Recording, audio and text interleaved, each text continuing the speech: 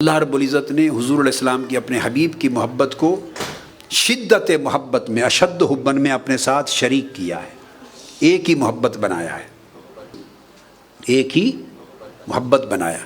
اور حدیث صحیح جو متفق علیہ صحیح بخاری اور مسلم میں، جس میں آقا علیہ الصلوۃ والسلام نے حلاوت ایمان کی علامتیں بیان کی ہیں تین، کہ ایمان کی حلاوت اس شخص کو نصیب ہوگی، ایمان کی چاشنی جس کے اندر تین علامتیں ہوں گی۔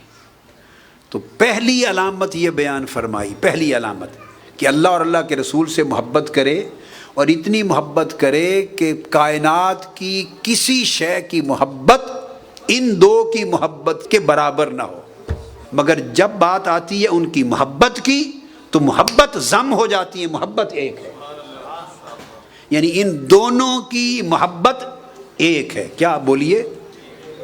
یہ ایک عقیدے کا نقطہ ہے، دونوں کی محبت ایک ہے، جیسے قرآن مجید سے ثابت ہے کہ دونوں کا ادب ایک ہے۔ کیا؟ یا ایھا الذین آمنوا لا تقدموا بین یدی اللہ ورسولہ۔ اب تقدم جس سے روکا گیا کہ آگے نہ بڑھو، وہ حضور علیہ السلام سے آگے نہ بڑھنے کا عمل تھا، روزے نہ رکھو، پہلے قربانی نہ دو، اللہ سے نہیں بڑھنا تھا، مگر جمع کر دیا کہ اللہ اور اللہ کے رسول سے آگے بڑھا نہ کیا کر۔ اسی نقطے کو علامہ ابن تیمیہ نے بیان کیا ہے، اور وہ بیان کرتے ہیں کہ اللہ تبارک و تعالیٰ نے ان امور میں فرق مٹا دیا ہے، بعض امور میں فرق، یہ علامہ ابن تیمیہ نے الصارم المسلول میں لکھا ہے کہ جائز ہی نہیں ہے کہ اللہ اور اللہ کے رسول کے درمیان ان چار امور میں فرق کیا جائے، یہ ناجائز ہے۔ اور جگہ جگہ پھر ابواب عنوان قائم کیے کہ اللہ نے جہت ایک بنا دی، اللہ رسول کی حرمت ایک بنا دی، حکم ایک بنا دیا، جا بجا فرمایا۔ تو میں نے جو آپ کو حدیث بیان کی اس پہ غور طلب لفظ ہیں، فرمایا کہ پہلی علامت ایمان کی یہ ہے ان یکون اللہ و رسولہ احب الیہ مما سواہما، کہ اللہ اور اللہ کا رسول ان دو کے سوا ہر چیز، ہر شے سے زیادہ محبوب ہوں۔ اب یہ اسلوب اللہ نے کسی کے لیے نہیں اپنایا کہ کسی مخلوق کو اپنے ساتھ شریک کر کے ایک اپنا نام لے، ایک مخلوق کا اور کہے کہ ان دو کے سوا، یہ کسی کے لیے جائز نہیں، یہ صرف جائز رکھا ہے اللہ پاک نے حضور علیہ السلام کے لیے۔ آپ کی وابستگی ایک طویل عرصے سے ایک مشن سے ہے، منہاج القرآن سے ہے، خدمت کر رہے ہیں، کام کر رہے ہیں، مگر روحانی طور پہ کچھ آگے بھی بڑھنا چاہیے۔ جس رحلت کی میں نے بات کی، سفر، انسان ایک جگہ کھڑا رہے تو اسے کوئی مسافر نہیں کہتا، مسافر، اور عربی میں مسافر کو سالک کہتے ہیں۔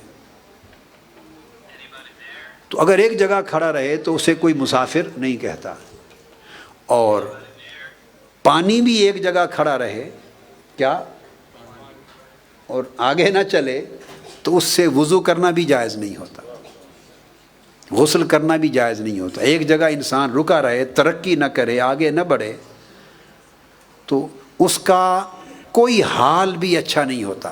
انسان تو انسان ہے، میں نے بتایا نا، پانی بند تالاب چھوڑ دیں اور پانی موو نہ کرے، آگے نہ چلے، تو اس میں غسل اور وضو بھی جائز نہیں۔ تو اللہ رب العزت کو حرکت کرنے، ترقی کرنے اور آگے بڑھتے رہنے کا عمل اتنا محبوب ہے کہ ان پلیدیوں کو بھی طہارت میں بدل دیا ہے، پلیدی کو بھی طہارت میں بدل دیا، پیورٹی میں بدل دیا ہے۔ اور رکا رہنا اور حال میں آگے ترقی نہ کرنا، حرکت نہ کرنا، آگے نہ بڑھنا اتنا ناپسند ہے کہ سراسر پاک تھا پانی، مگر اس کے لیے بھی حکم ہے کہ میری عبادت کے لیے تیاری اس پانی سے نہ کی جائے، کیونکہ آگے نہیں بڑھتا، بولیے آگے نہیں بڑھتا۔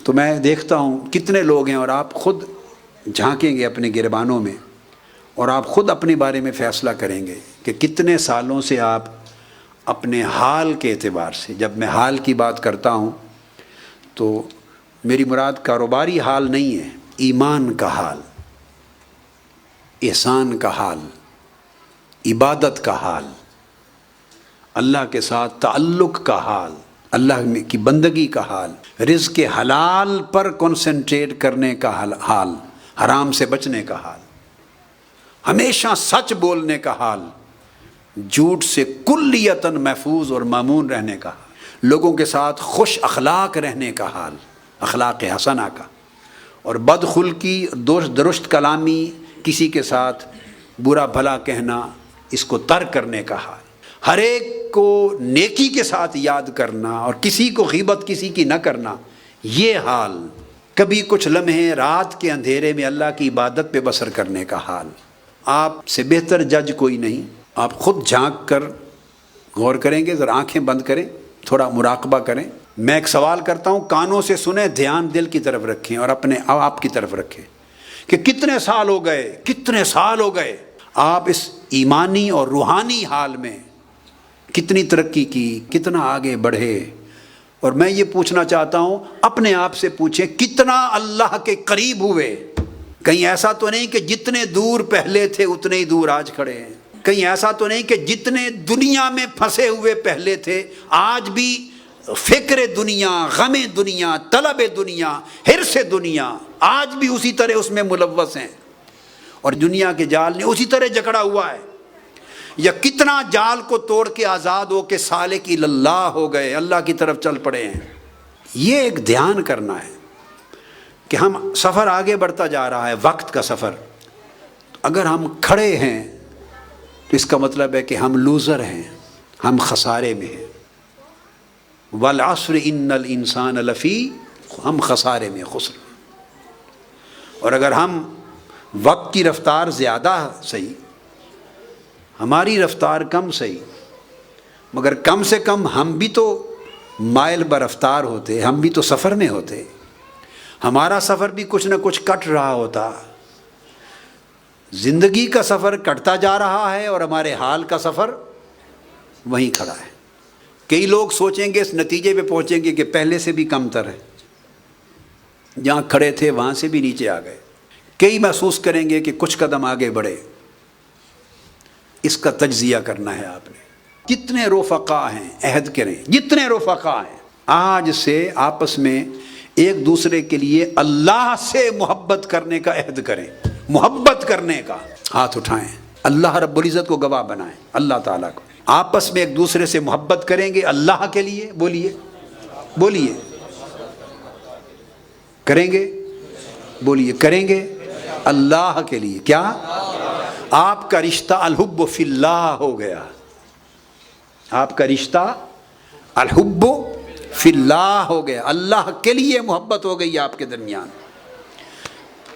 اب یہاں ایک بات کڑوی سی کر دوں، میں آپ کو اس لیے کڑوی کہہ رہا ہوں کہ ہے نہیں کڑوی، آپ کو کڑوی لگے تو میں معافی کا خواستگار ہوں، کڑوی نہیں ہے، مگر آپ کو ذائقے میں اگر کڑوی لگے تو مجھے معاف کر دیں۔ اور مگر جو بات کہہ رہا ہوں، کڑوی دوائی بھی کام دیتی ہے، دوائی کڑوی سمجھ کے قبول ضرور کریں۔ جب آپ کی آپس میں محبت فی اللہ ہو گئی، الحب فی اللہ، اللہ کے لیے محبت ہو گئی نا۔ اب مجھے ایک سوال کا جواب دیں، جس سے محبت ہو اس سے عداوت ہوتی ہے، جس سے محبت ہو اس کی چغلی ہوتی ہے، جس سے محبت ہو اس کی غیبت ہوتی ہے؟ یہ مجھے سوچ کر جواب دیں، آپ پھنس گئے ہیں ایک وعدہ کر کے، میں نے پھنسا لیا آپ کو۔ اب اس جال سے نکلنا چاہتے ہیں یا رہنا چاہتے ہیں؟ بولیے، رہنا چاہتے ہیں نا؟ بھئی میں بھی قیدی ہوں، آپ کو بھی چاہتا ہوں کہ قیدی بنے۔ اللہ کی عزت کی قسم، میں آزاد نہیں ہوں، میں قیدی ہوں۔ اب مجھے معلوم ہے کیا کیا قید ہے، میں چاہتا ہوں آپ بھی قیدی ہوں۔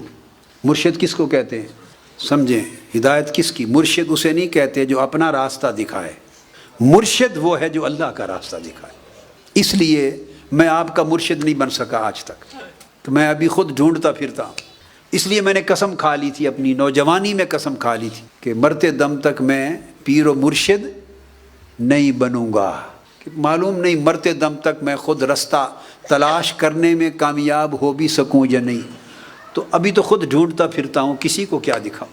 مرشد کی تعریف بتا دوں، میں بڑی راز کی بات، قیمتی بات آپ کو سمجھا رہا ہوں، اس کو پلے باندھ لیں۔ مرشد کسے کہتے ہیں؟ بولیے، جو اللہ کا راستہ دکھائے، اور جو اپنا راستہ دکھائے کیا وہ مرشد نہیں ہے، وہ مرشد۔ اور مرید کس کو کہتے ہیں یہ بھی سن لیں، مرید کی تعریف کیا ہے؟ جو اللہ کا ارادہ کرے وہ مرید ہے۔ اور یہ تعریف حضور سیدنا غوث العظم شیخ عبد القادر جیلانی رضی اللہ تعالیٰ عنہ کی، اور ہر کامل نے یہ تعریف کی ہے۔ مرید حکم الہی ہے، اور مرید کہاں سے نکلا؟ قرآن مجید کی آیت کریمہ سے نکلا۔ مرید بننا کہاں سے نکلا؟ قرآن مجید سے۔ اللہ پاک نے فرمایا اعوذ باللہ من الشیطان الرجیم وَاصْبِرْ نَفْسَكَ مَعَ الَّذِينَ يَدْعُونَ رَبَّهُمْ بِالْغَدَاةِ وَالْعِشِيِّ يُرِيدُونَ وَجْهَهُ، اپنی جان کو جما کے رکھیے ان اللہ والوں کے ساتھ۔ اگر آپ کسی خاص شخص کے بارے میں یہ خیال نہ رکھیں کہ کوئی مرد صالح ہے، سب آپس میں رفقا ہیں، ایک جیسے ہیں، بھائی ہیں، تب بھی صحبت صالحہ بن سکتی ہے، تب بھی رحلت صالحہ ہو سکتی ہے کہ آپ یہ کریں گے کہ میرا وہ بھائی ہے، اس سے میری محبت ہے للہ اور فی اللہ۔ ہمارے درمیان ایک رشتہ ہے، اس رشتے کا نام ہے الحب فی اللہ۔ کیا نام ہے؟ الحب فی اللہ۔ جب یہ رشتہ آپ قائم کر لیں تو جب ایک دوسرے کو ملنے جائیں تو اسی رشتے کی نیت کو تازہ کر لیں، آپ کا ایک ایک قدم عبادت بن جائے گا۔ محبت کامل اسی سے ہوگی جو خود کامل ہوگا، اور محبت اکمل اسی سے ہوگی جو خود اکمل ہوگا، اشد اسی سے ہوگی جو خود اکبر ہوگا، جو جتنا ہر عیب سے پاک ہوگا اس سے محبت شدید تر بھی ہوگی، اس میں نقص ہی کوئی نہیں۔ جب وہ لیول آ جاتا ہے تو بیٹے پھر نہ شکوہ رہتا ہے، نہ شکایت رہتی ہے، نہ رنج و ملال رہتا ہے، وہ جس حال میں رکھے خوش رہتے ہیں۔ اب ہر وقت اس کی محبت جس دل میں ہوتی ہے، اس اللہ رب العزت نے دین کے اندر ایک نظام بنایا ہے، اس نے اپنی محبت کے مظاہر بنائے ہیں۔ اپنی محبت کے سب سے بڑا مظہر اس کی محبت کا حضور علیہ السلام کی ذات گرامی ہے۔ طریقہ یہ ہے بیٹے کہ محبت کے کچھ تقاضے ہیں۔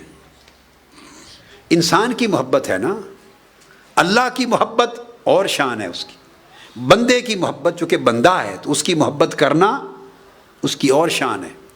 بندہ جب محبت کرتا ہے تو اس کے کوئی تقاضے ہیں، وہ کبھی کبھار محبوب کو دیکھنا بھی چاہتا ہے، محبت چاہتی ہے نا، محبوب کو دیکھنا نہیں چاہتی، ملاقات بھی کرنا چاہتی، محبت پیکر محسوس کو چاہتی ہے، کوئی ویزیبل پیکر بھی ہو۔